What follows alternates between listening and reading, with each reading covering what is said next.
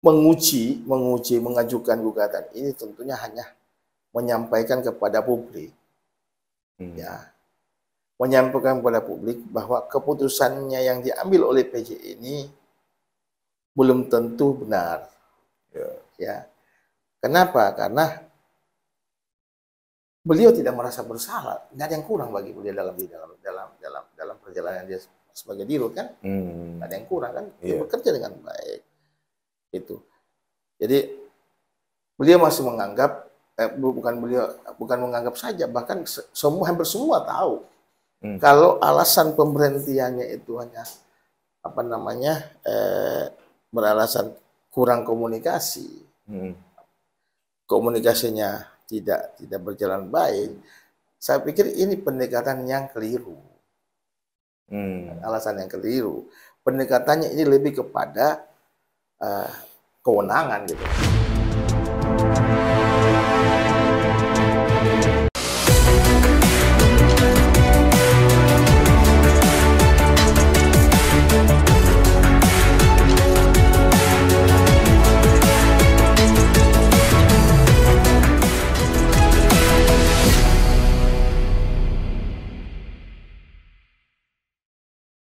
Assalamualaikum warahmatullahi wabarakatuh. Sahabat sisi lain, pemberhentian Ali Mulyabudin, mantan Direktur Pema Aceh, akhirnya berlabuh di Pengadilan Tata Usaha Negara atau Petun Banda Aceh. Ali merasa tidak puas atas pencopotan dirinya yang dilakukan oleh penjabat Gubernur Aceh, Bustami Hamzah. Walaupun sebelumnya, menurut pengakuan Ali, bahwa dirinya sudah beberapa kali meminta klarifikasi, baik lisan maupun tulisan kepada Bustami, namun hingga saat ini permintaan dan permohonan tersebut belum juga terpenuhi. Sebagai warga negara yang memiliki hak hukum, Ali kemudian menempuh jalur hukum. Dia meminta jasa lawyer dari SKR Law Firm, yaitu Sukrianto SH.MH, seorang advokat senior dari Jawa Timur yang berpraktek di Jawa Timur dan Jakarta. Sidang perdana di Petun Banda Aceh dilakukan Kamis 6 Juni 2023. Karena itu, saya berkesempatan untuk mengundang langsung, saya menyebutnya dengan Pak Sukrianto dalam dialog yang akan kami lakukan ini. Saya akan coba bertanya dasar dari gugatan tersebut, kemana arah dan tujuan, kemudian apakah keputusan petun nantinya, andai kata majelis hakim mengabulkannya, apakah punya kekuatan eksekusi atau ada langkah-langkah lain dari Pak Sukrianto. Kita mulai saja. Assalamualaikum Pak Sukrianto. Waalaikumsalam. Langsung aja kita. Ya, saya panggil Pak Sukrianto aja. Pak Sukri, seperti yang saya katakan tadi, kemana arah sasaran dari gugatan ini, Pak?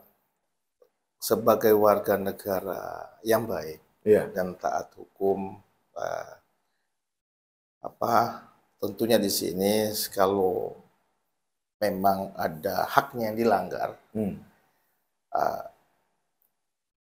hukum sudah memberikan ruang untuk itu.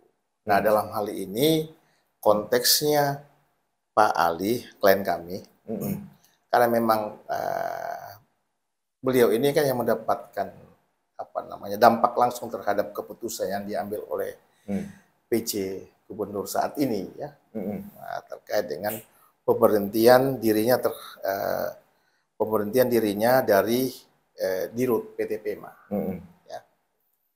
Nah, tadi sudah disampaikan bahwa hari ini mulai sidang pertama, melalui proses di Pengadilan Tata Usaha Negara Aceh.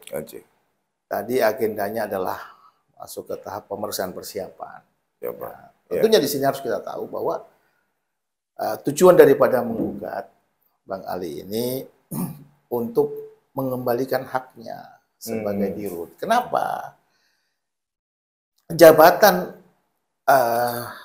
klien kami ini, saudara Bang Ali ini, itu seyogyanya itu semestinya itu berakhir pada tahun 2027 ya. Jadi dari pengangkatannya beliau itu dari tahun 2022 sampai 2027.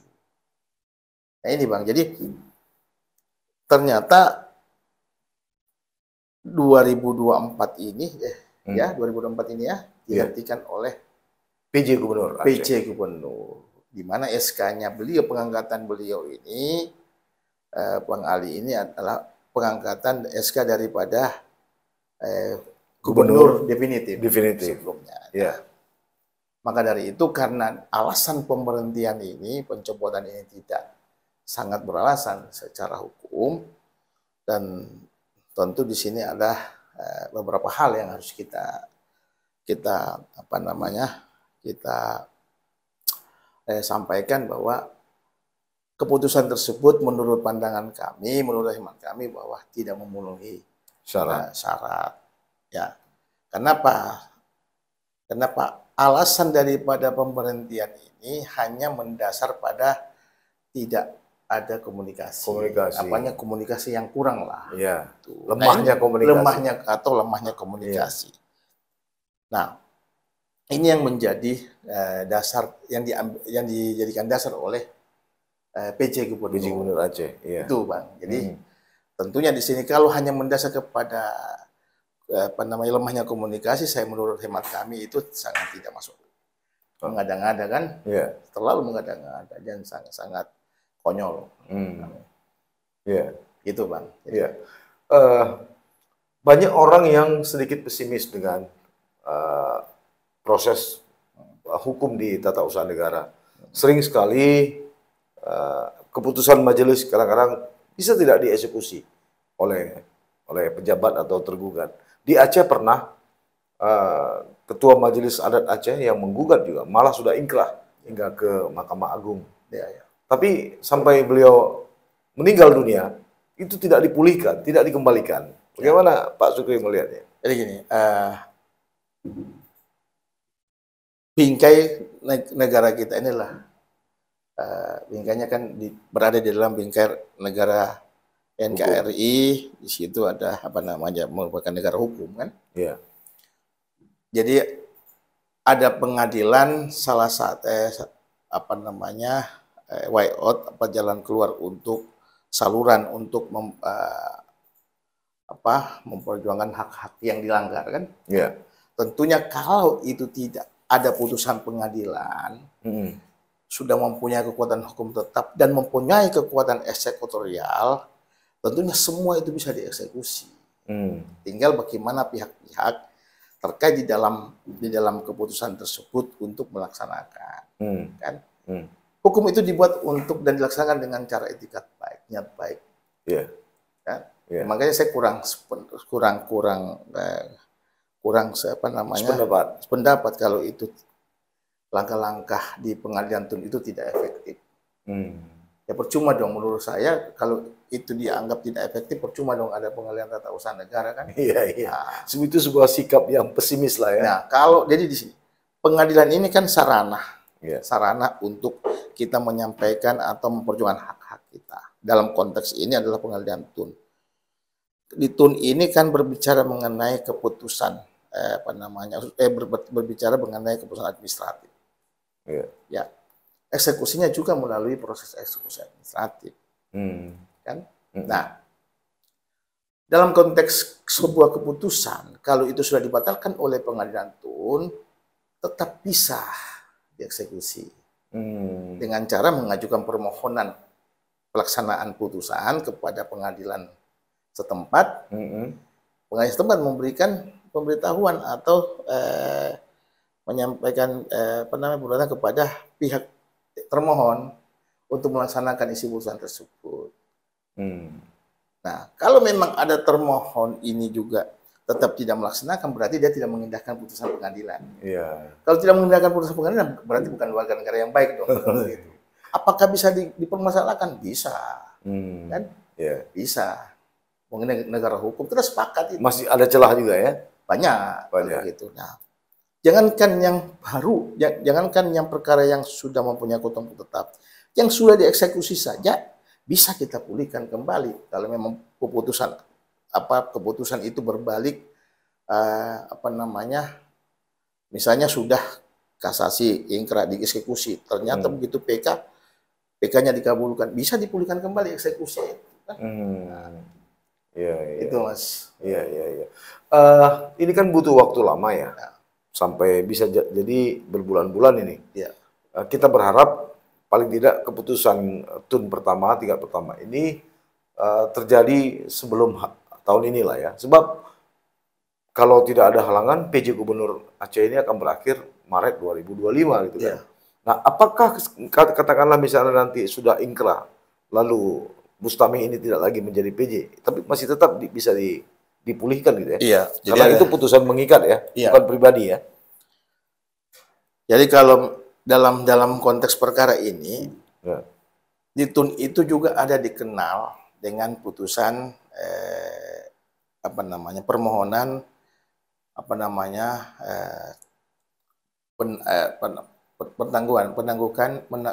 penangguhan ya, putusan menangguhkan untuk keputusan tersebut. Jadi kalau di peradilan umum itu adalah putusan selah ya. Selah untuk memerintahkan tergugat menangguhkan SK tersebut sampai dengan perkara tersebut mempunyai kekuatan hukum tetap. Ya. Di dalam perkara ini juga kami mohonkan. Kenapa? Tentunya di situ ada alasan-alasan yang kenapa harus dimohonkan itu, karena ada alasan-alasan yang harus harus dilindungi haknya penggugat kan. Nah, orang semua tahu, barangkali kita semua sepakat dan tahu bagaimana kinerjanya Mas Ali, Bang Ali itu ya. Kinerjanya ada prestasi-prestasi di situ. Tentunya di situ, dan yang bersangkutan juga punya kewajiban. Karena di SK itu beliau sebagai penerima SK di situ tentunya ada beban hak dan kewajiban di situ ya, tanggung jawab sampai 2027. Nah, ini yang harus disampaikan harus yang bersangkutan untuk perjuangkan ya sampai dengan itu. Nah, tentunya di sini Bang, kalau sampai ingkrah, terus yang menjadi pertanyaan, apa kalau sampai ingkrah si Pak Bustominya ini, PC ini tidak menjabat lagi gitu. Kalau dalam putusan SK tersebut, keputusan Pak Bustomi, Pak PC ini berdampak kepada kerugian material terhadap diri Bang Ali, bukan tidak mungkin Pak PC ini bisa digugat, ke ranah perdata secara personal. Gitu. Kenapa? Dari perbuatan melawan hukum, dari kacamata perbuatan melawan hukum sudah kelihatan kan, yang kita uji sekarang ini. Kalau itu dikabulkan, berarti terbukti pelanggaran asas-asas umum pemerintahan yang baik yang dilakukan oleh yang bersangkutan kan. Nah, itu. Nah, terus kalau kita bisa membuktikan bahwa Pak Bustomi mengeluarkan Pak PC mengeluarkan keputusan tersebut melanggar, bertentangan dengan Peraturan Menteri Dalam Negeri Nomor 4 Tahun 2023 kan? Di situ, karena salah satu amanat daripada peraturan tersebut, satunya adalah PC tidak bisa mengambil keputusan atau merubah keputusan yang telah diambil oleh pejabat sebelumnya. Itu ada ya di pasal 15 bab 3 kalau nggak salah ya. Bisa kalau nggak salah di ayat 2 ya, kalau nggak salah ayat 2 itu. Atas persetujuan Mendagri gitu. Dan persetujuan Mendagri. Mungkin ini sudah ada persetujuan dari Mendagri. Tapi di dalam amanat tidak boleh. Tidak boleh dia merubah putusan ini. Kalau ada persetujuan Mendagri, tentunya di dalam ira-ira keputusan itu pasti di dalam pertimbangannya pasti ada. Ini tidak ada ya? Ini tidak ada kan? Karena saya sendiri belum melihat suratnya. Iya, jadi keputusan itu hanya keputusan selembar kertas dan menyampaikan perihal pemberhentian kan. Sama nggak statusnya Pak? Ali ini kan bukan PNS ya. Sama nggak statusnya? Dalam pemahaman saya selama ini bahwa surat peraturan Mendagri itu hanya berlaku untuk ASN atau pejabat karir. Kedudukan hukumnya sama nggak? Bukan, kalau mau lihat konteksnya jangan lihat ke situ. Pengambil keputusan ini pejabat tun atau tidak? Jadi lebih kepada pejabat tun. Ya, kalau pejabat tun, kalau Pak PC itu selaku pejabat tun, berarti keputusannya bersifat dis-checking dong. Iya. Kalau dia melanggar peraturan menteri ada keputusan tersebut ada melanggar peraturan, bukan tidak mungkin bahwa ini adalah perbuatan determinant de viva. Ya, perbuatan melanggar hukum yang dilakukan oleh pejabat TUN, ya, order matter of that. Termasuk kebijakan-kebijakan publik lainnya ya? Kebijakan-kebijakan publik lainnya tidak boleh lagi. Jadi misalnya kayak PC itu ada batasan kewenangannya. Ya. Ada batasan kewenangannya. Batasan kewenangannya diatur di dalam peraturan menteri dalam negeri tadi ya. Yang nomor 4 ya kalau tidak salah. Nomor 4 tahun 2023. Jadi ini tujuan dan sasaran ini menguji keputusan gubernur terhadap pemberhentian Ali gitu ya. Iya, gugatan ini ya. Lebih kepada menguji benar nggak tindakan. Benar nggak ya. Kenapa? Di daerah-daerah lain, banyak PC itu yang dibatalkan, diperintahkan kembalikan itu, batalkan keputusan itu banyak. Iya. Jadi sudah punya konsideran ya. Banyak. Jadi banyak yang dibatalkan itu yang diperintahkan untuk dibatalkan. Itu. Yeah. Makanya saya juga berharap bahwa mudah-mudahan proses ini bisa berjalan secara equal, berimbang dan sebagainya ya, karena ini apapun ini sudah menjadi konsumsi publik di Aceh ini ya. Mudah-mudahan lah kita berharap bahwa putusan ini adalah hasil putusan yang bermartabat dan yang bisa kita jadikan ilmu pengetahuan untuk adik-adik kita di universitas. Karena sebelumnya juga seperti saya katakan tadi, ketika Gubernur definitif Nova Iriansyah berkuasa, dia tidak melantik, membatalkan keputusan pengangkatan Ketua Majelis Adat Aceh. Di sini ada namanya MAA. Dia lakukan gugatan seperti tadi, sudah ingkrah, tapi kemudian tidak dilantik sampai yang bersangkutan itu meninggal dunia. Jadi ada semacam trauma juga, apalagi Aceh, wah mungkin kita kalah melawan kekuasaan segala macam. Jadi ada statement-statement semacam ini nih. Menurut Pak Sukri gimana? Inilah, makanya saya bilang, kerangka kita inilah negara kesatuan yang merupakan negara hukum. Ya. Kalau ada hal-hal yang seperti ini, ada peristiwa seperti ini, menurut saya harusnya tidak dibiarkan. Harus ada langkah-langkah konkret bagi yang kena dampak terhadap keputusan atau sikap daripada pejabat tersebut. Dan Ali termasuk orang yang berani di tengah hegemoni. Salah satunya yang yang harus kita apresiasi ya. Bahwa tujuan daripada kalian ini adalah memberikan pencerahan hukum juga di tengah masyarakat. Bahwa jangan segampang, jangan main penguasa tidak boleh sewenang-wenang. Jangan mengambil keputusan itu dengan pendekatan kewenangan gitu. Ya kan? Ya. Nah, kembali ke soal dasar tadi. Dasar pemecatan tidak bisa berkomunikasi sehingga berpengaruh kepada kinerja perseroan. Kan? Tapi kan tadi kita melihat kinerja Ali juga bagus ya. Kalau saya gini. Saya sudah melihat dokumen yang ada.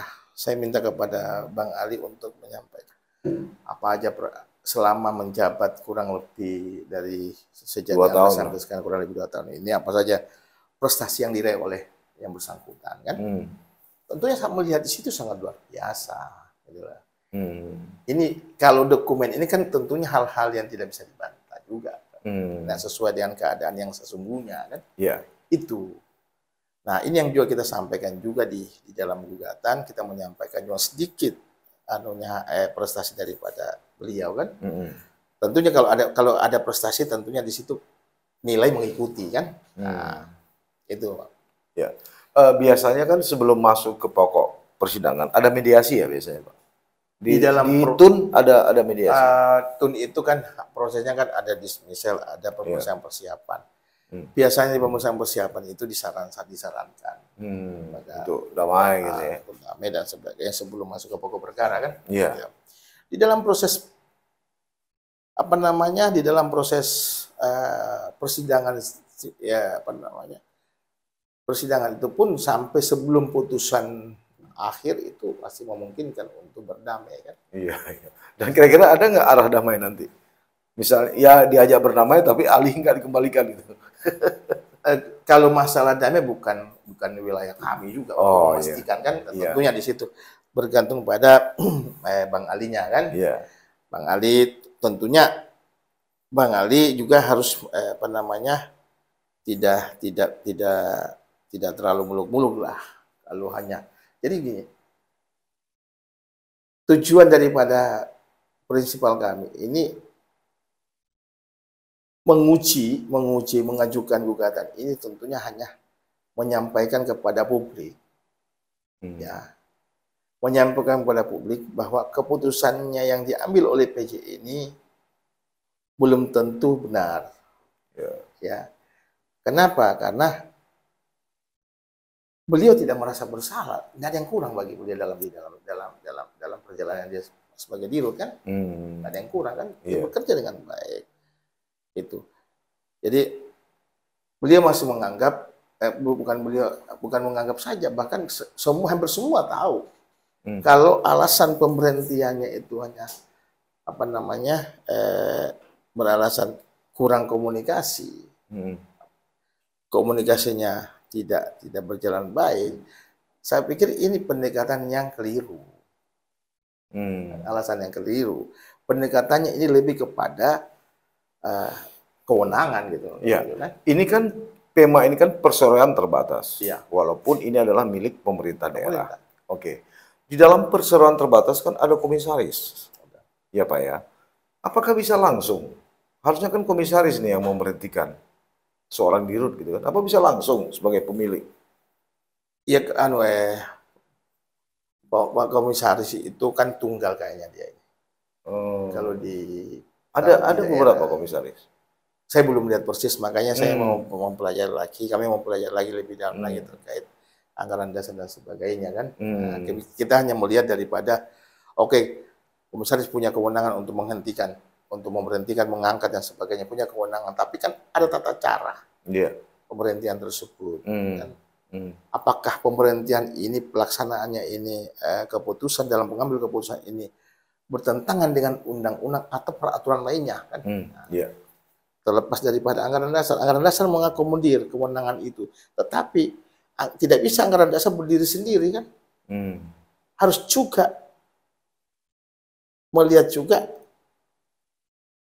kewenangan yang melekat pada pengambil keputusan ini ada tidak undang-undang yang mengatur atau peraturan lainnya yang mengatur kan. Jadi melekat regulasi gitu. Regulasi dong. Iya, tidak bisa. Karena beliau diangkat sebagai PJ, ya sebagai PJ kan kalau dalam kapasitas beliau sebagai ASN ya, sebagai pejabat publik misalnya. Begitu. Lain mungkin ada yang ingin Pak Sukri sampaikan terhadap penanganan kasus ini kira-kira? Ya saya cuma berharap bahwa mudah-mudahan perkara ini bisa prosesnya berjalan lancar, sehingga masyarakat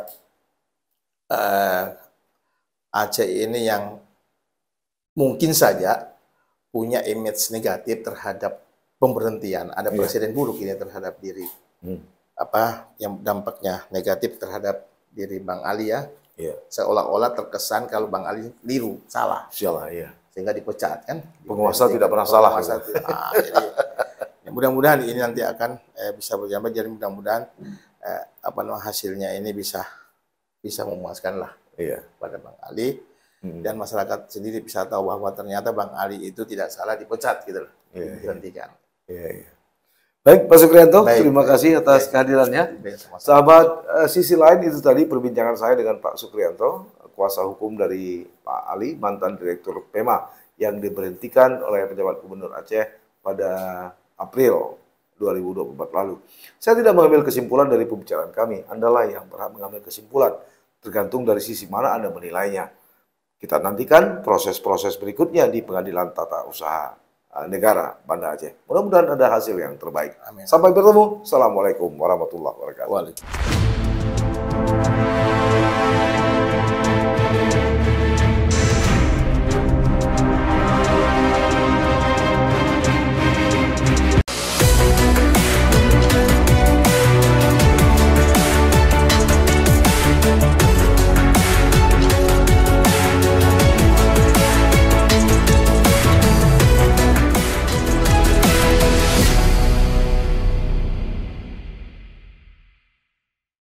Jangan lupa like, komen, dan subscribe. Serta aktifkan lonceng notifikasi.